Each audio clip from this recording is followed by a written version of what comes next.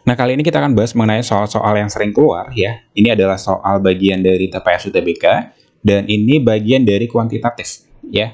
Pastikan kalian sudah menguasai jenis-jenis soal ini ya. Oh ya, buat kalian yang mau pengen join untuk bimbel intensif, kalian bisa join ya. Kalian bisa kontak saya di WhatsApp di nomor ini.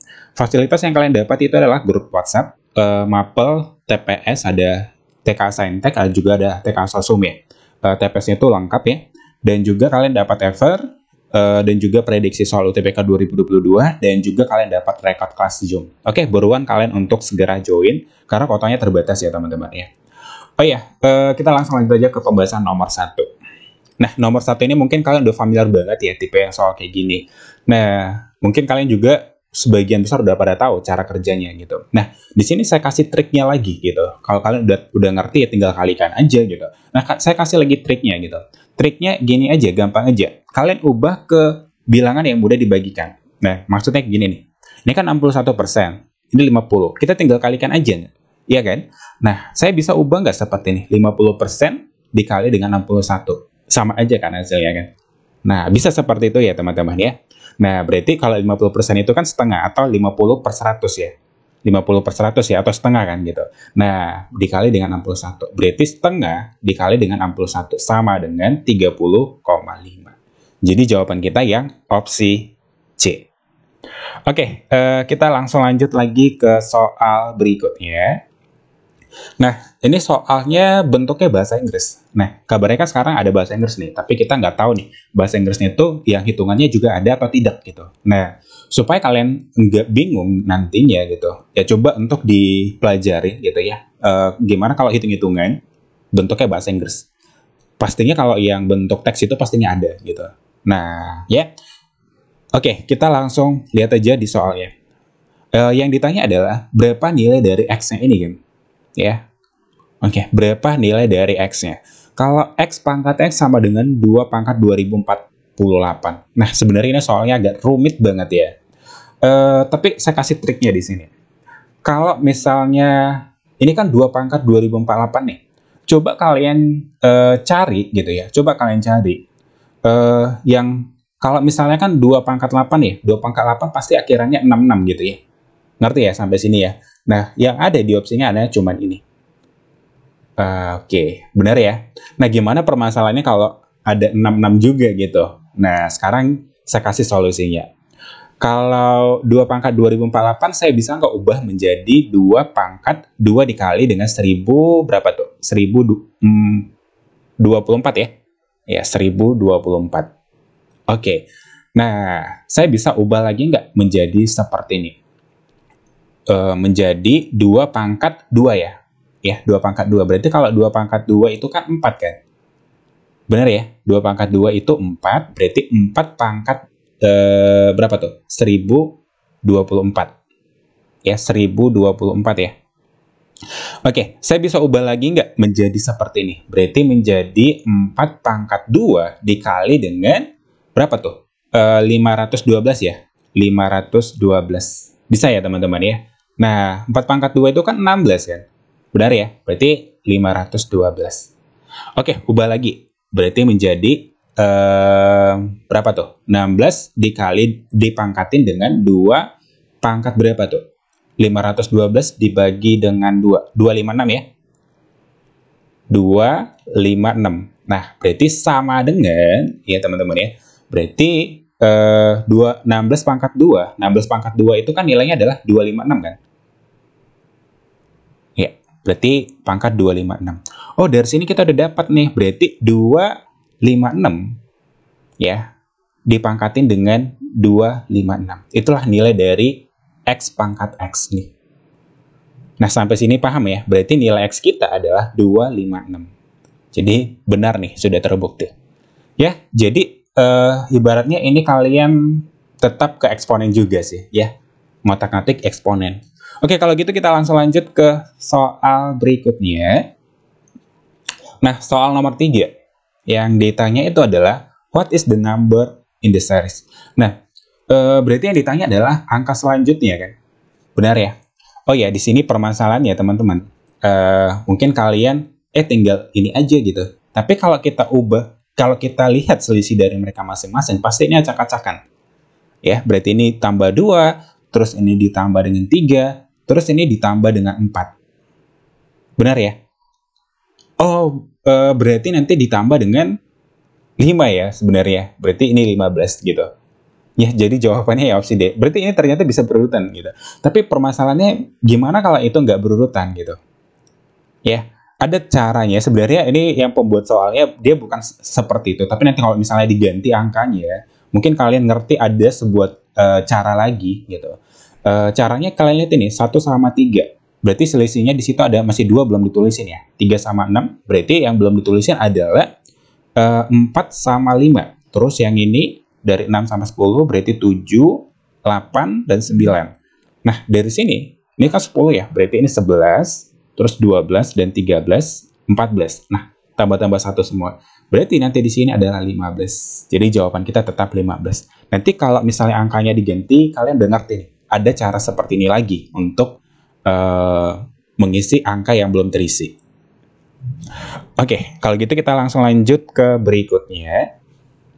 Nah, yang ditanya itu adalah nih, sum of the roots. Ya, berarti adalah penjumlah dari akar-akarnya. Kalian nggak usah faktorin dong kalau kayak gini ya. Kalau misalnya perkalian dari akar-akar sih, itu lebih ke produk ya gitu ya. Perkalian dari akar-akarnya. Oke, nah kalau ini yang diminta adalah penjumlahan dari akar-akarnya. Ingat, X1 ditambah dengan X2 itu rumusnya adalah minus B per A. Ini adalah A, ini adalah B, dan ini adalah C ya. Oke? Berarti minus 7 per 4. Jadi jawaban kita yang opsi C. Nah, cukup gampang ya. Oke. Nah, mungkin kalau nanti ada bahasa Inggrisnya, mungkin ini lebih ke produk ya. Produk dari roots-nya gitu. Ya, akar-akarnya. Ya. Oke? Sampai sini kira-kira paham ya? Jadi kalian nggak usah faktorin gitu. Sebenarnya kalian bisa faktorin cara X1 dan cara X2-nya. Nanti kalian jumlahin juga sih, ya. Tapi lebih cepat ya udah ingat aja ke persamaan kuadrat. Nah, lanjut lagi ke berikutnya. Jika 3X dikurang dengan 5Y sama dengan 2, berapa nilai dari 8 pangkat X dibagi dengan 32 pangkat Y? Nah, permasalahannya di sini ini adalah X, ini adalah Y. Nah, soal UTBK itu lebih analitik kalian, lebih ke analisa kalian. Nah, kalau misalnya ini X kan kita bisa kerjakan kan, karena satu variabel. Masalahnya sini ada 2 variabel. Oh, kalian berpikir nih, pasti di sini bisa otak-atik, ya. Nah, 8 pangkat X itu berapa tuh? Berarti 2 pangkat 3X kan, benar ya? Terus 32 ini berapa pangkat berapa? Berarti 2 pangkat 5 ya, benar ya? 2 pangkat 5Y. Oh, berarti ternyata ini adalah 2 pangkat 3X dikurang dengan 5Y. Ingat, kalau eksponen, kalau di pembagian, pangkatnya dikurang ya. Benar ya sampai sini ya? Oh ya, 3X kurang 5Y ternyata udah dikasih tahu di soal itu bahwa nilainya adalah 2. Berarti 2 dipangkatin 2, nilainya adalah 4. Jadi jawaban kita adalah yang opsi D. Oke, lanjut lagi ya ke soal berikutnya. Nah, soal berikutnya adalah berapa nilai dari, nah nih, resiprokal ya. Nah, kalau ditanya ini, ini ditanya adalah kebalikannya gitu ya, nilai yang terbalik gitu ya. Jadi kalau misalnya kalian dapat nanti hasilnya ini, nanti kalian balikkan aja, itu maksudnya dari ini sih, supaya kalian familiar aja sih kalau misalnya diminta ini ya. Oke, nah berarti kalau misalnya ini bisa nggak kalian ubah menjadi akar 1 per akar 9? Bisa ya, akar 1 kan 1, akar 9 kan 3. Nah, kita balikkan ya, kita balikkan, berarti 3 bagi 1 sama dengan 3. Jadi jawaban kita yang opsi A ya teman-teman ya. Oke, lanjut lagi ke berikutnya, nomor 7. Nah, nomor 7 ini lebih ke bangunan geometrik ya. Jadi buat teman-teman pastikan untuk sering banget ya untuk ngerjakan soal-soal bangunan geometrik, karena itu sering banget dikeluarin di soal-soal UTBK. Oke, jika bangunan di tengah itu adalah kotak. Nah, kotak ya, berarti kalau ini nilainya 8, ini juga 8. Berapakah keliling bangunan berikut? Nah, kalau keliling kan kita jumlahkan semua sisi-sisi terluarnya. Tapi permasalahannya, panjang dari busur ini kita nggak tahu. Nah, jadi kalian analisa gini teman-teman. Kalau ini 8, atasnya 8, berarti ini juga 8 kan? Benar ya sampai sini ya? Nah, kalau ini kita dekatin ke sini, ini jadi satu lingkaran. ya. Dekatin aja. Oh, yang ternyata diminta itu adalah satu lingkaran. Ya, itu kalian harus note di situ ya. Nah, terus ini kan panjangnya sini kan 8. Lihat ini kan membentuk persegi nih kotaknya. Berarti ini juga 8 dong. Ini juga 8. Berarti diameter dari lingkarannya itu adalah 8. Nah, rumus dari lingkaran nih. Ya, rumus dari lingkaran kalau luas lingkaran.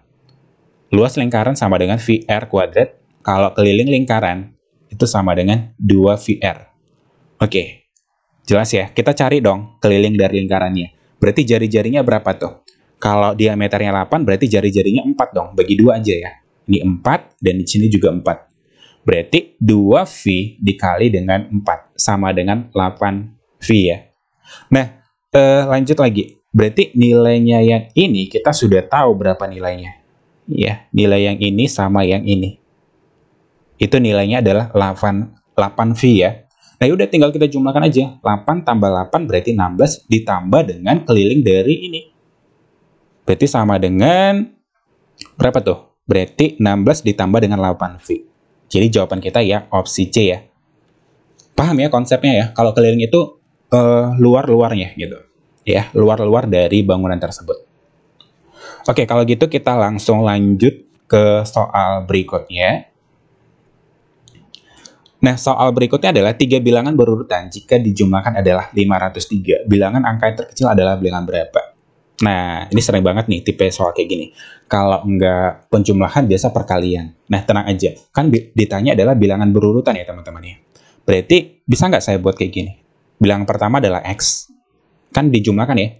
Bilangan kedua adalah X tambah 1. Kan bilangan berurutan gitu. Terus bilangan ketiga, X ditambah dengan 3.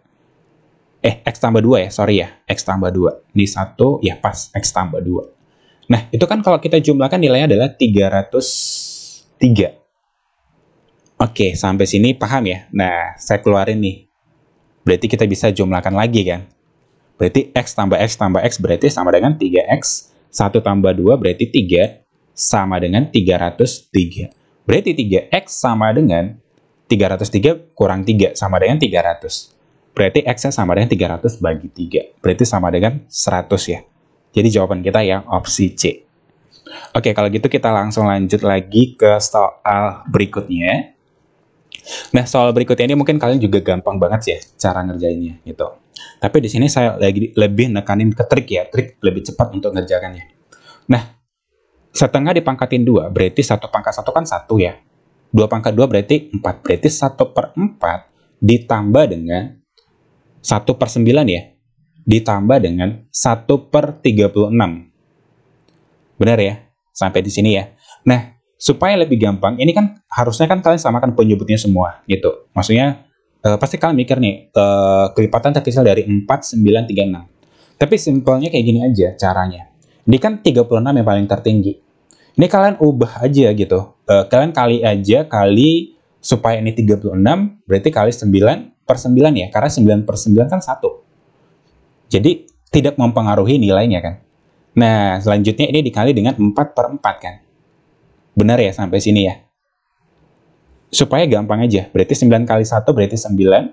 9 kali 4, 36. Nah, ditambah dengan 4 kali 1 berarti 4.